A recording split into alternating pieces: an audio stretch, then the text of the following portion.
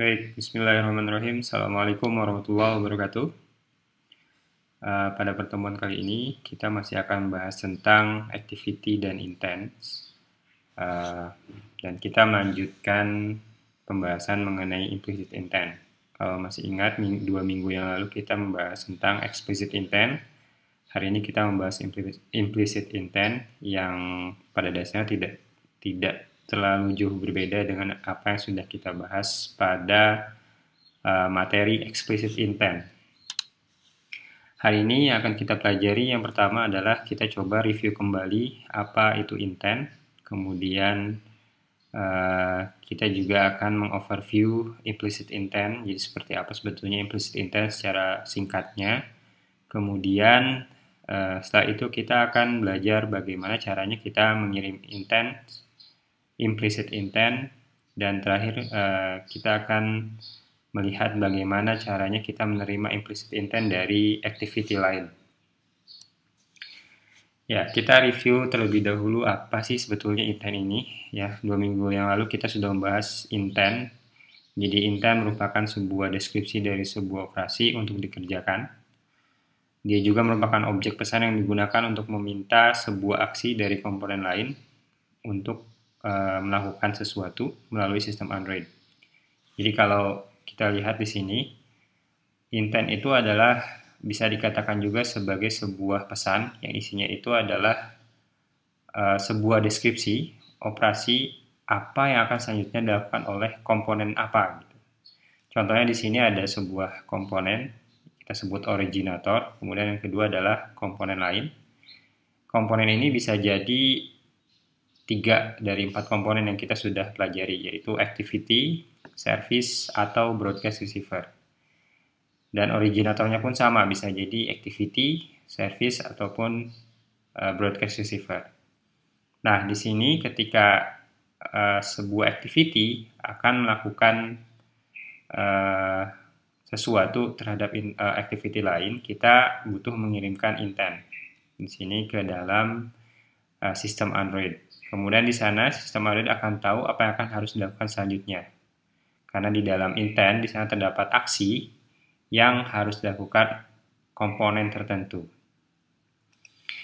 Nah, fungsi intent dapat berfungsi sebagai dapat digunakan untuk memulai sebuah activity, service maupun broadcast.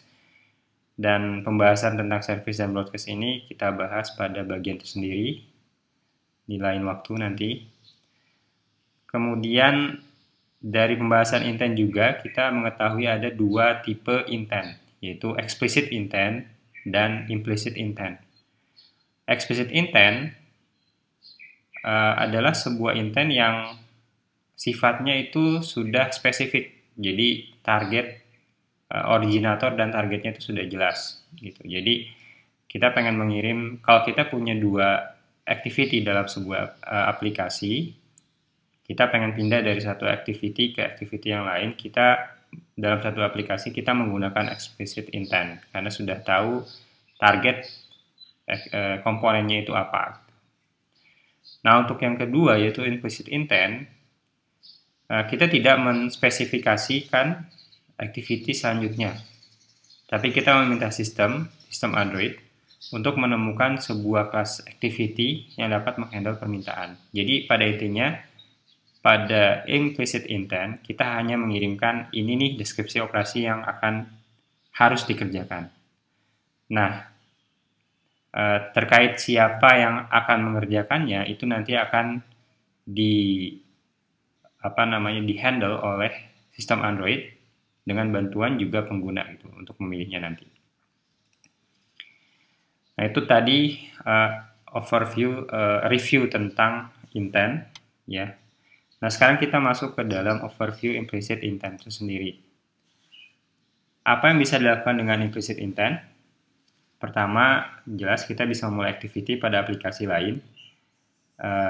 Tapi dalam hal ini kita hanya mendeskripsikan aksinya saja yang ingin dilakukan.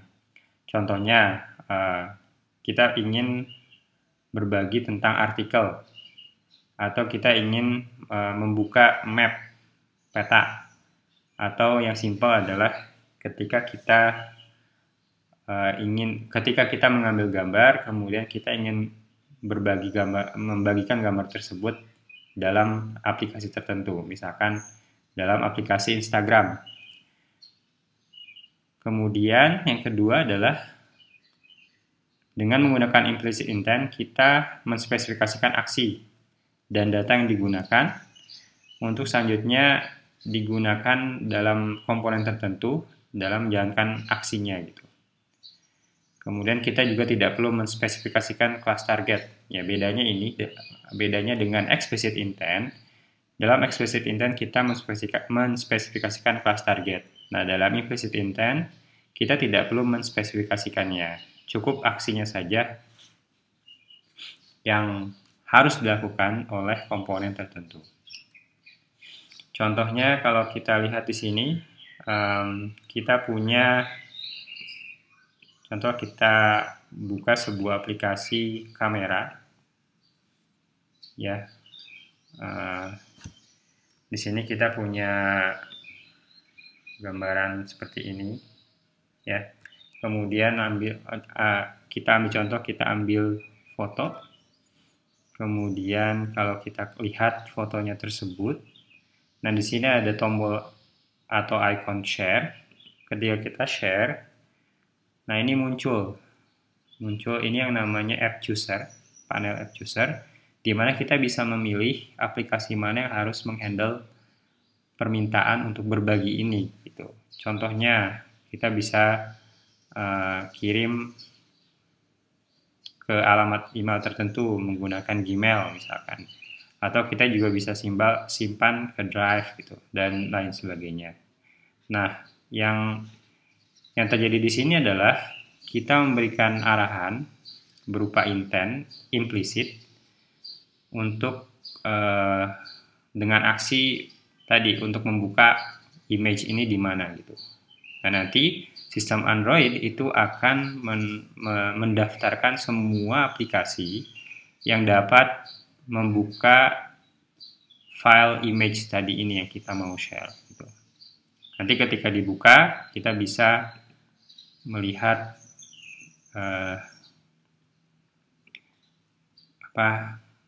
gambarnya ini gitu.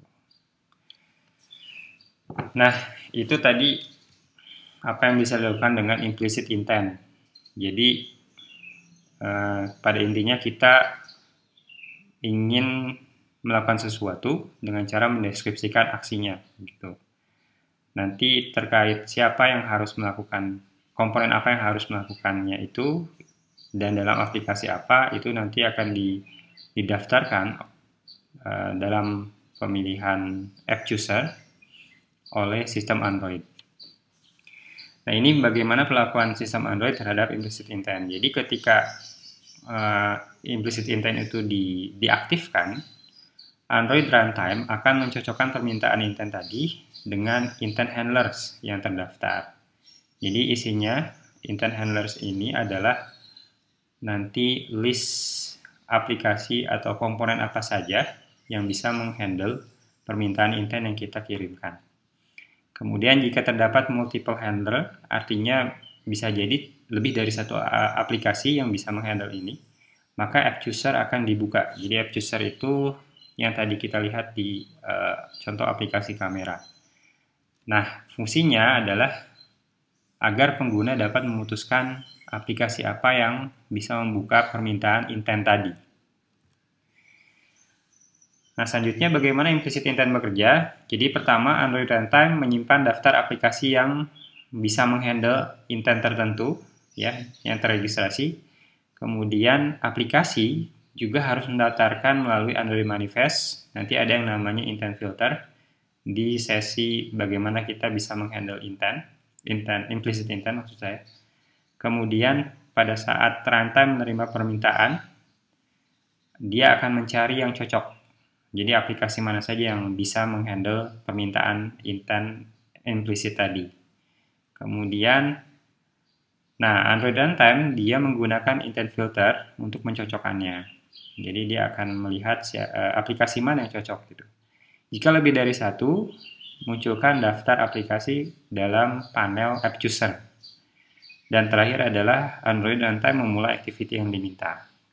Jadi bedanya dengan explicit intent, ini cukup prosesnya cukup banyak ya. Kalau explicit intent dia hanya memberitahu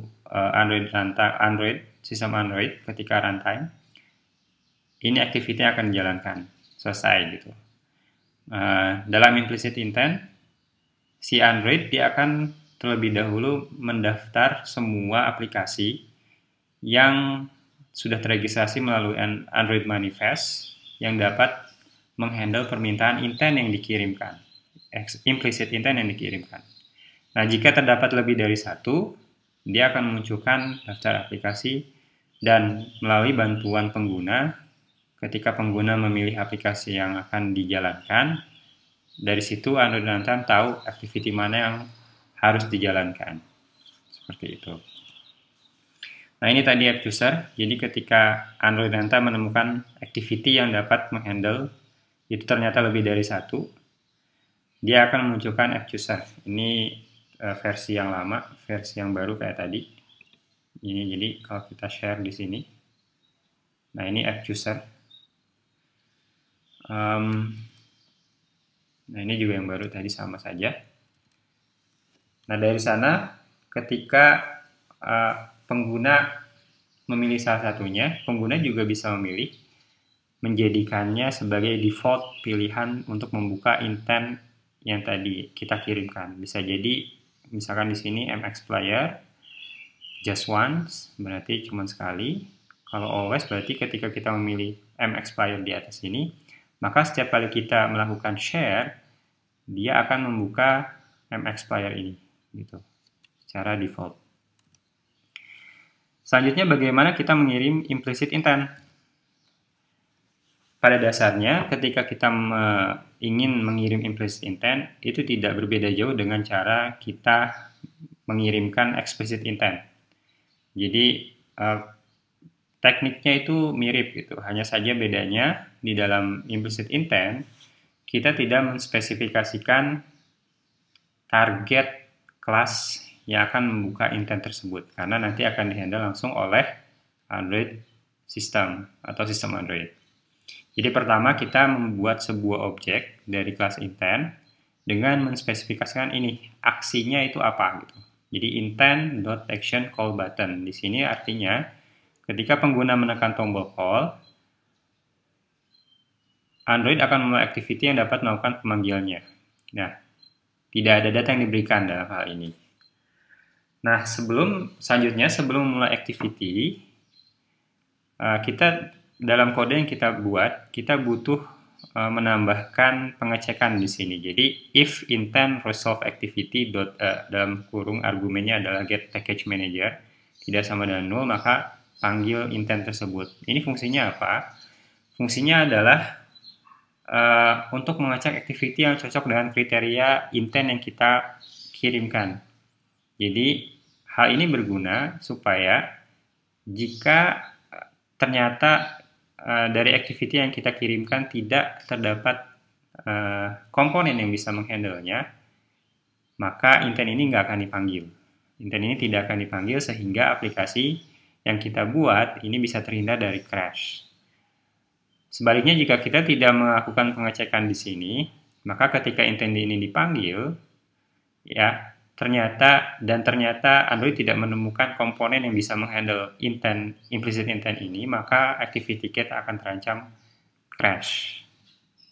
Aplikasi kita akan terancam crash. Makanya best practice-nya adalah kita menggunakan pengecekan di sini, yaitu intent.resolve activity get package manager, dan di sini cek. Kalau misalkan tidak null, maka kita bisa memulai activity. Jika tidak, maka activity ini tidak akan dipanggil gitu. Jadi seperti ini, kita buat objek intent implicit dan isinya hanya sebagai action saja. Tapi di sini sebetulnya tidak hanya action. Nanti ada yang namanya kategori, selain itu juga ada yang namanya data. Jadi argumennya bisa berupa action dan kategori, kemudian data. Nah, ini Itu tadi sekilas bagaimana kita mengirimkan implicit intent ya, tanpa menspesifikasikan kategori dan juga tanpa menspesifikasikan data yang akan dikirimkan. Nah, seperti halnya explicit intent, dalam implicit intent pun kita bisa mengirimkan data. Dan seperti halnya explicit intent juga, kita bisa mengirimkan data berupa URI ya, maupun extras gitu. Jadi sama antara explicit intent dan implicit intent, kita bisa mengirimkan dua tipe data gitu. Jadi data yang tipenya URI dan data yang tipenya basic variable lah, kayak string, kemudian integer dan sebagainya. Nah, step atau proses yang dilakukan sama. Jadi kita buat sebuah intent, objek intent, kemudian kita spesifikasikan actionnya atau aksi yang akan dilakukan itu apa. Kemudian kita sediakan data berupa URI. Kalau URI berarti kita menggunakan, ingat, set data. Jadi kita menambahkan data berupa URI dengan memanggil metode dari intent, objek intent ini, yaitu set data. Dan kita memparsing URI tersebut dengan memanggil kelas URI.parse datanya apa gitu. Contohnya di sini kalau kita ingin melakukan action dial atau memanggil nomor ini gitu. Nah, kemudian kita mulai ya activity, dan seperti yang tadi saya sebutkan, best practice-nya adalah kita mengecek dulu apakah ada komponen tertentu yang bisa menghandle aksi action dial ini. Baru kemudian kita panggil start activity intent gitu. Ini URI bisa macam-macam, bisa berupa HTML, alamat website, domain, kemudian nomor telepon, alamat peta, ya, dan lain sebagainya. Nanti Anda bisa juga cek di link berikut dokumentasi URI. Jadi nggak cuma ini, tapi juga banyak. Bisa jadi file lokal, bisa juga jadi macam-macam. Nah, ini contohnya ketika kita ingin membuka halaman website dan ingin membuka nomor telepon. Ya, jadi kita buat dulu, kita juga bisa memisahkan parsing URI dengan membuat variabel tertentu. Di sini contohnya kita ingin membuka halaman google.com. Kita buatkan objek URI-nya, kemudian kita buat objek intent implicit dengan action adalah untuk melihat action view. Kemudian kita juga bisa langsung menambahkan argumen URI-nya apa gitu. Ya, selain kita bisa menggunakan set data ini, kita juga bisa langsung menambahkan data URI-nya apa di sini, baru start activity. Ya, begitupun kalau kita ingin menelepon nomor tertentu, contoh di sini juga sama, jadi prosesnya sama. Nah, itu tadi kalau kita ingin mengirimkan intent, implicit intent dengan data yang tipenya URI. Kemudian jika kita ingin mengirimkan implicit intent dengan data yang tipenya extras, istilahnya itu variabel kayak gitu, kita juga bisa menambahkan ekstra. Misalkan kita ingin melakukan pencarian web gitu, itu kan butuh string ya.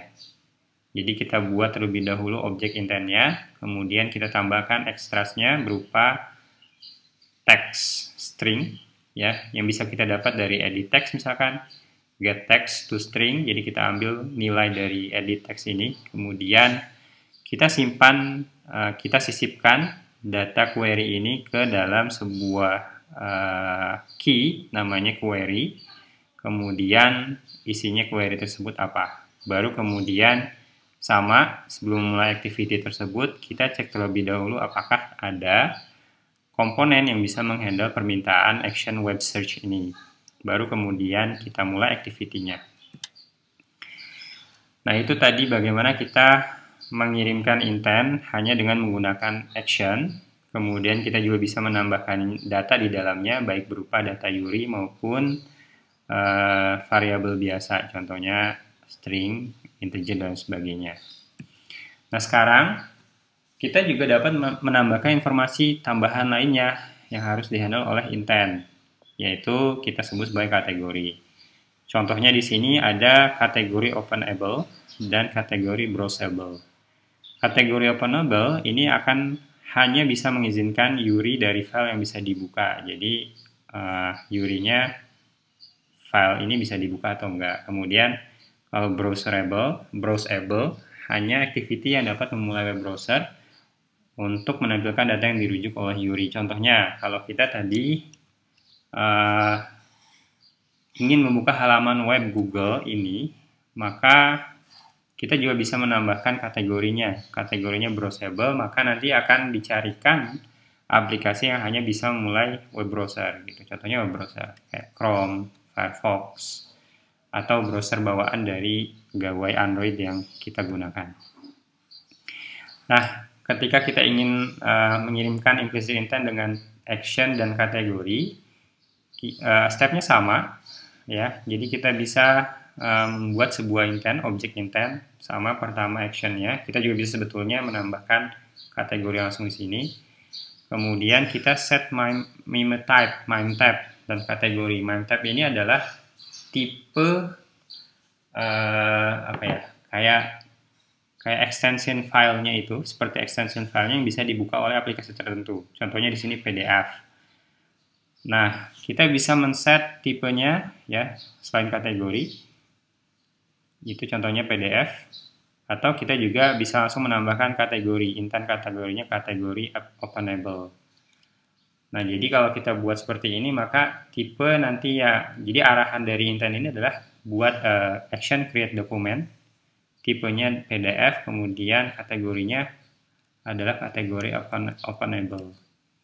Baru kemudian kita sama ya, mulai activity, sebelum mulai activity kita cek terlebih dahulu apakah ada komponen yang bisa membuka permintaan intent ini, implicit intent ini, kemudian start activity for result.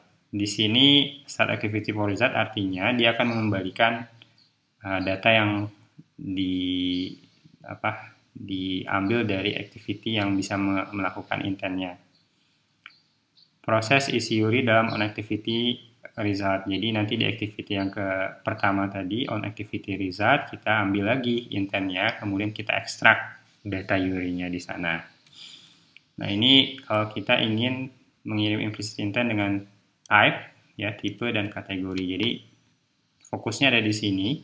Jadi kita bisa menspesifikasikan tipe berkas apa atau MIME, ya, set MIME tab-nya.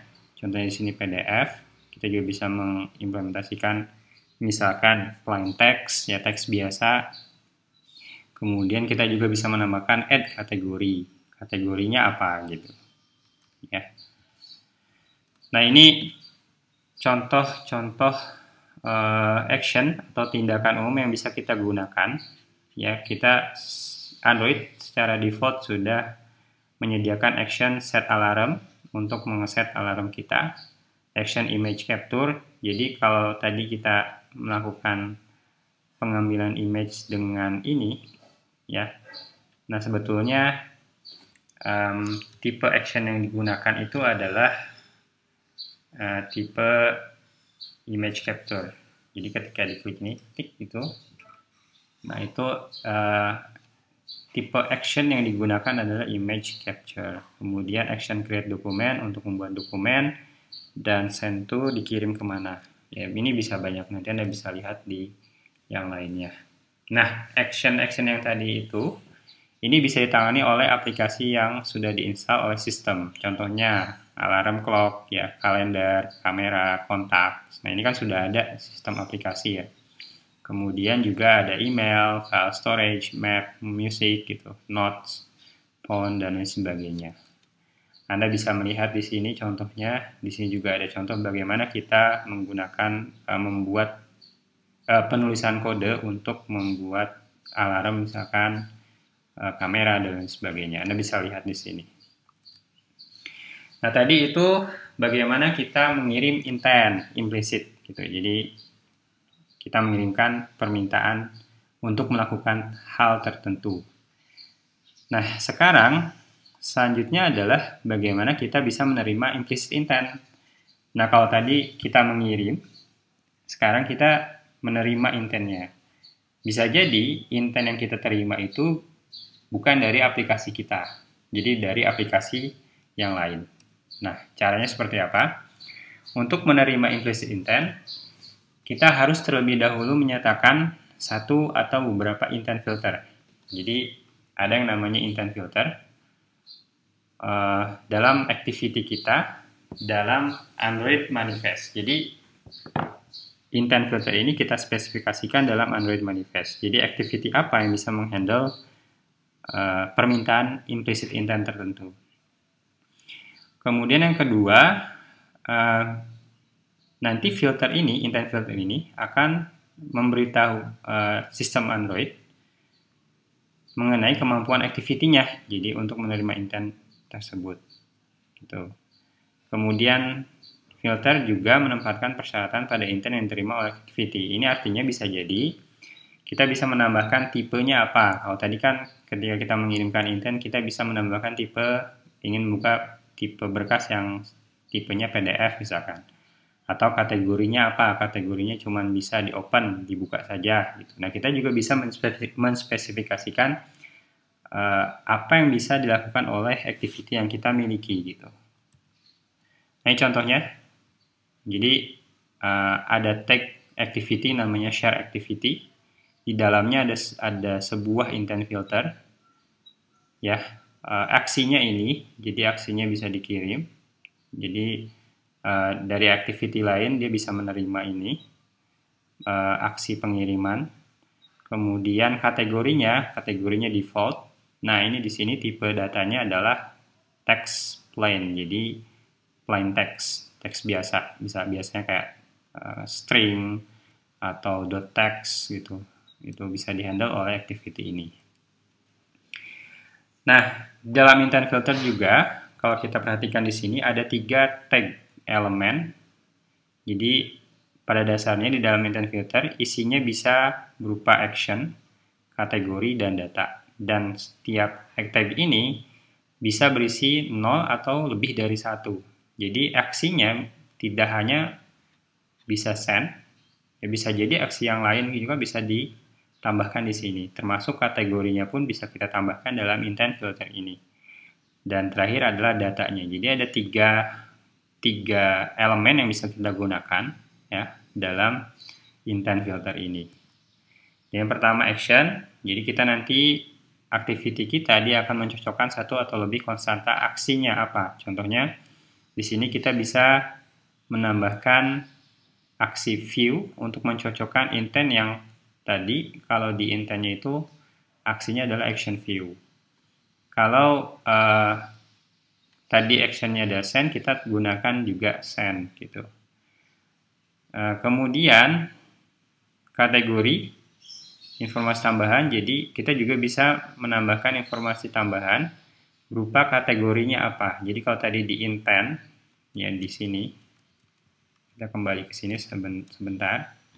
Di sini ada intentnya kategori openable, maka di activity yang kita punya, ya jika kita ingin menghandle-nya, di intent filternya kita tambahkan juga openable atau browsable tadi ya. Nah, kemudian ada kategori launcher. Kalau Anda perhatikan secara seksama, kalau kita buat sebuah main activity, maka kategori launcher ini sudah ada dalam aplikasi yang kita buat di dalam Android Manifest. Ya, Anda bisa buka di dalam Android Manifest. Ya. Oke, bentar. Jadi kalau Anda buka di sini ada. Nah, di sini ada Android Manifest namanya main activity. Actionnya adalah main. Jadi ini yang pertama kali akan dibuka. Kemudian kategorinya launcher. Jadi dia akan muncul di launcher gitu. Ya. intent filter. Nah, ini data, jadi kita juga bisa menambahkan filter terhadap data apa saja yang bisa dihandle oleh activity yang kita punya. Contohnya di sini ada tipe datanya HTTPS, artinya harus yang HTTPS saja yang bisa dihandle oleh activity kita.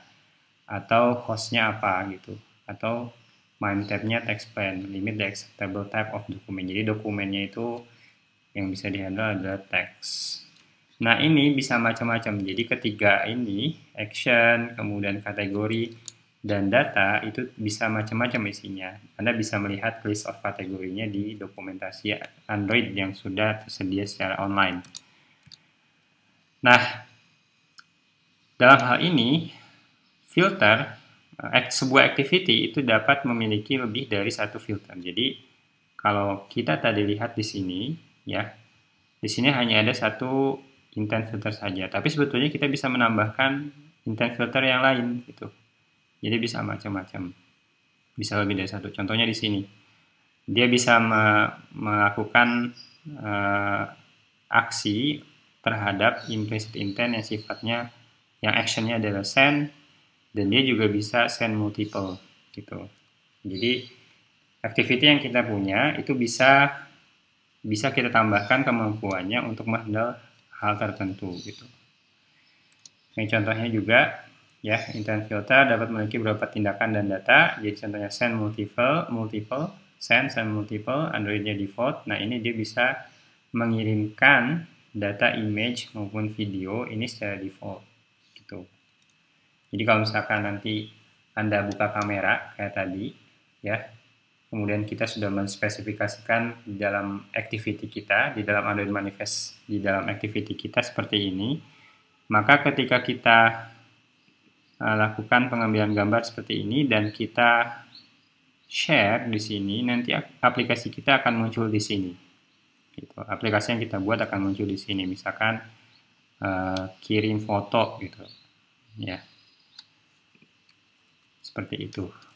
Nah, itu terkait intent implicit.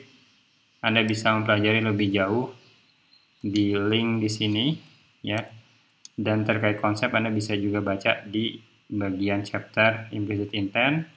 Dan jika Anda ingin mempraktikannya secara langsung, Anda bisa juga membaca dan mempraktikannya di implicit intent practical ini. Demikian materi yang bisa saya sampaikan terkait dengan implicit intent. Jadi pada dasarnya tidak jauh berbeda dengan explicit intent, hanya saja yang membedakan target dari intent yang ingin dilakukan itu tidak kita spesifikkan secara langsung ketika kita membuat objek intent, ya. Nanti kita bisa tambahkan, dan juga kita bisa tambahkan selain action, kita bisa tambahkan kategori dan juga data. Baik, demikian materi yang bisa saya sampaikan. Terima kasih atas perhatiannya. Assalamualaikum warahmatullahi wabarakatuh.